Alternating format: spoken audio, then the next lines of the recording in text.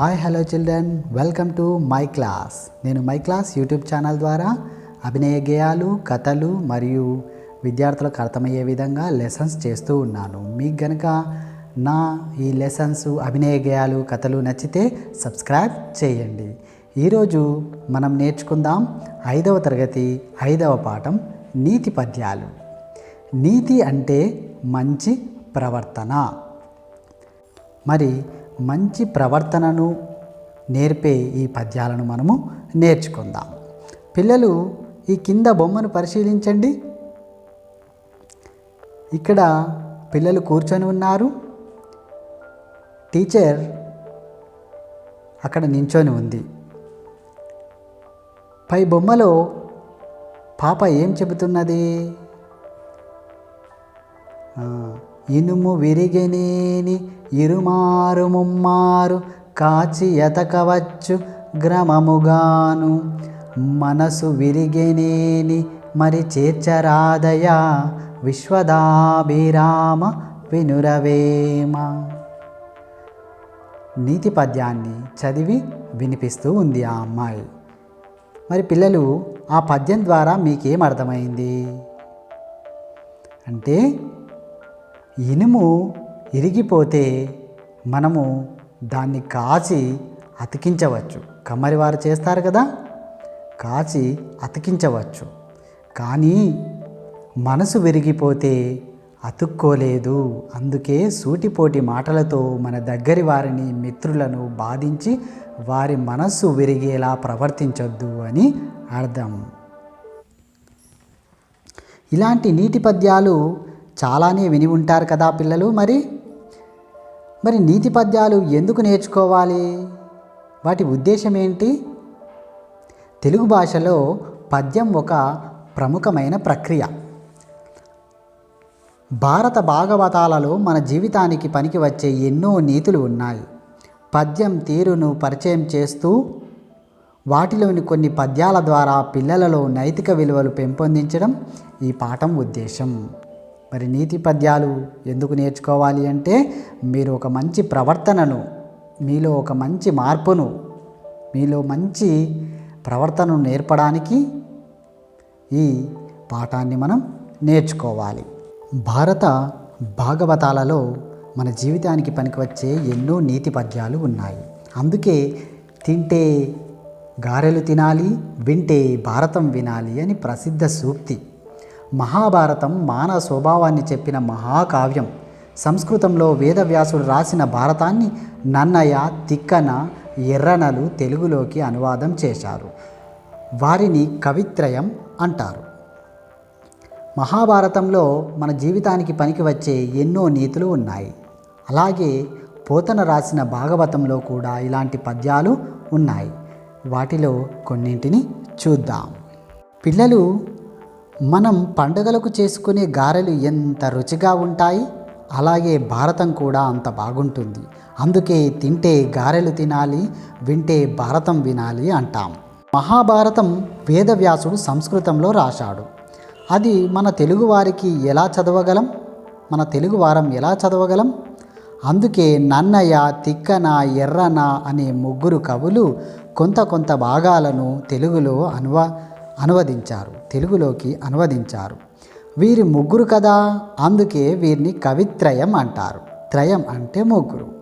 మరి మహాభారతంలో, అలాగే పోతన రాసిన భాగవతంలో ఇలాంటి ఎన్నో నీతి పద్యాలు ఉన్నాయి. వాటిలో కొన్నింటిని చూద్దాం.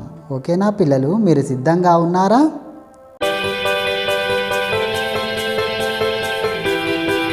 పిల్లలు, ఈ మొదటి పద్యాన్ని చూడండి. ఇది నన్నయ్య గారు రాశారు. నేను ఈ పద్యాన్ని చదివి వినిపిస్తాను. మీరందరూ జాగ్రత్తగా వినండి. మీరు కూడా నేర్చుకొని ఈ పద్యాన్ని పాడాలి. అలిగిన నలుగక యొగ్గులు పలికిన మరి విననియట్లు, ప్రతివచనంబుల్ పలుకక బన్నము వడియడ దలుపక యున్నతడే చూవే ధర్మజ్ఞుడిలన్. పిల్లలు, మరొకసారి నేను పాడి వినిపిస్తాను. మీరు జాగ్రత్తగా వినండి. అలిగిన నలుగక యొగ్గులు పలికిన మరి విననియట్లు, ప్రతివచనంబుల్ బలుకక బన్నము వడి ఎడదలుపక యున్నతడే చూవే ధర్మజ్ఞుడిలన్. పిల్లలు, ఇప్పుడు ఈ పద్యంలోని పదాలను ఒక్కొక్క దానికి నేను అర్థాన్ని చెబుతాను. మీరందరూ కూడా జాగ్రత్తగా వినండి. మీ నోట్ పుస్తకంలో మీరు రాసుకోండి. అలిగిన, కోపగించి. అలుగక, కోపగించుకోక. అలిగిన, అలుగక, కోపగించిన, కోపగించుకోక. ఎగ్గులు, నిందలు, తిట్లు. పలికిన, మాట్లాడిన. విననియట్లు, విననట్లుండి. ప్రతివచనంబుల్, ఎదురు మాట్లాడకుండా. బన్నము, అవమానము. వడి, పడిన. ఎడ, మనసు. దలపక, చింతించకుండా. ఉన్నతడే చూవే, ఉన్నవాడే. ధర్మజ్ఞుడిలన్, ధర్మం తెలిసినవాడు. ఎవరైనా తనను కోపగించుకుంటే తాను వాళ్ళను కోపించక, దూషిస్తే విననట్లుండి, ఎదురు మాట్లాడక, అవమానపడినా చింతించకుండా ఉన్నవాడే ధర్మం తెలిసినవాడు. ఈ విధంగా మనల్ని ఎవరైనా కోపగించుకున్నా కూడా మనం వెంటనే ఆవేశపడకుండా, కోపానికి రాకుండా, అలాగే మనని తిట్టినా వెంటనే మనం ఆవేశపడిపోయి తిరిగి తిట్టకుండా, ఎదురు మాట్లాడకుండా, వాళ్ళు ఎంత అవమానపరిచినా ఓపికతో ఉండి చింతించకుండా, బాధపడకుండా ఓపికతో ఉన్నవాడే ధర్మం తెలిసినవాడు. పిల్లలు, ఇక్కడ రెండవ పద్యం ఉంది. ఇది కూడా నన్నయ్య గారే రాశారు. నేను దీన్ని చదివి వినిపిస్తాను, మీరందరూ జాగ్రత్తగా వినండి. పలుమరు శపథంబులు నంజలియును నభివాదముయును సామప్రియ భాషలు మిథ్యా వినయంబులు గలయవి దుష్ట స్వభావ కాపురుషులకున్. మరొకసారి చదివి వినిపిస్తాను, వినండి. పలుమరు శపథంబులు నంజలియును నభివాదముయును సామప్రియ భాషలు మిథ్యా వినయంబులు గలయవి దుష్ట స్వభావ కాపురుషులకున్. పిల్లలు, మరి ఈ పద్యంలోని పదాలు ఒక్కొక్క దానికి నేను అర్థాలు చెప్తాను. మీరు జాగ్రత్తగా వినండి, మీ నోటు పుస్తకంలో రాసుకోండి. పలుమరు, అనేక సార్లు, మళ్ళీ మళ్ళీ. శపథంబులు, ఒట్లు, ప్రతిజ్ఞలు. అంజలి, చేతులు జోడించి ప్రార్థించడం. అభివాదం, నమస్కారం. సామము, మంచితనం. ప్రియం, ఇష్టము. భాషలు, మాటలు. మిథ్య, అబద్ధము, భ్రమ. వినయం, అనుకువగా, నమ్రతగా. దుష్ట, చెడ్డ.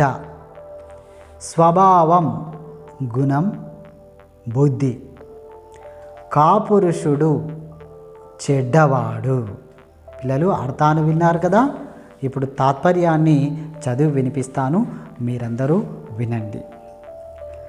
మళ్ళీ మళ్ళీ ఒట్లు పెట్టుకోవడం, నమస్కారం చేయడం, ఎదుటివానికి నచ్చే మాటలు మాట్లాడడం, దొంగ వినయాలను ప్రదర్శించడం చెడ్డవాళ్ళ లక్షణం. అంటే ఒట్లు పెట్టుకుంటూ ఉంటారు, మళ్ళీ మళ్ళీ ఒట్లు పెట్టుకుంటూ ఉంటారు.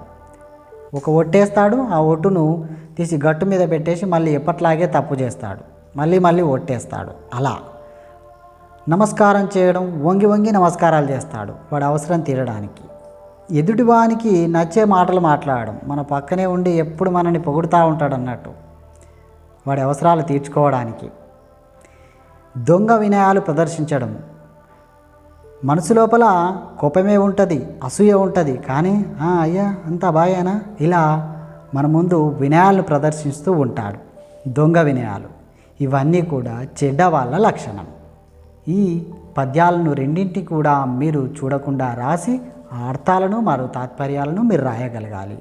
మిగతా పద్యాలను మరో లెసన్లో నేర్చుకుందాం పిల్లలు. ఓకేనా? బాయ్.